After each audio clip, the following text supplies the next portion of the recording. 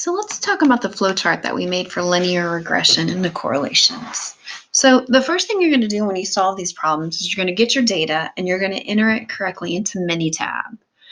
I always, when I list mine, I know exactly what my Y is and what my X is. So remember, your Y is your response, and that's your dependent variable, and your predictor is your independent variable, and that's your X variable. So make sure you understand which is which, because if not, it can be very deceiving and give you incorrect results. So then remember, the hypotheses for these problems are really easy. So the null is that there is no significant relationship, and the alternative is that there is a significant relationship.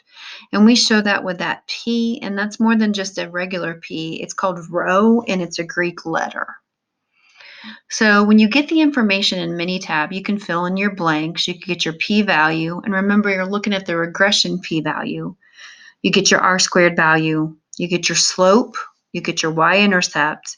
Now remember, your r value comes from your r-squared value, and if you're not sure how to do that, go back and watch the example video, especially example 1, where I show you how to do that.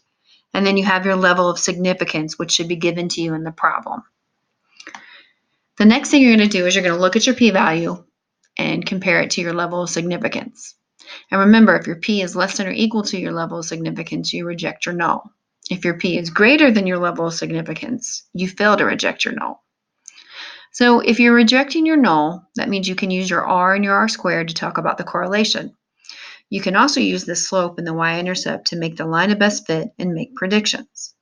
But if you fail to reject the null, you're done, since it's not significant. And you can write there's no significant relationship between the variables you're looking at.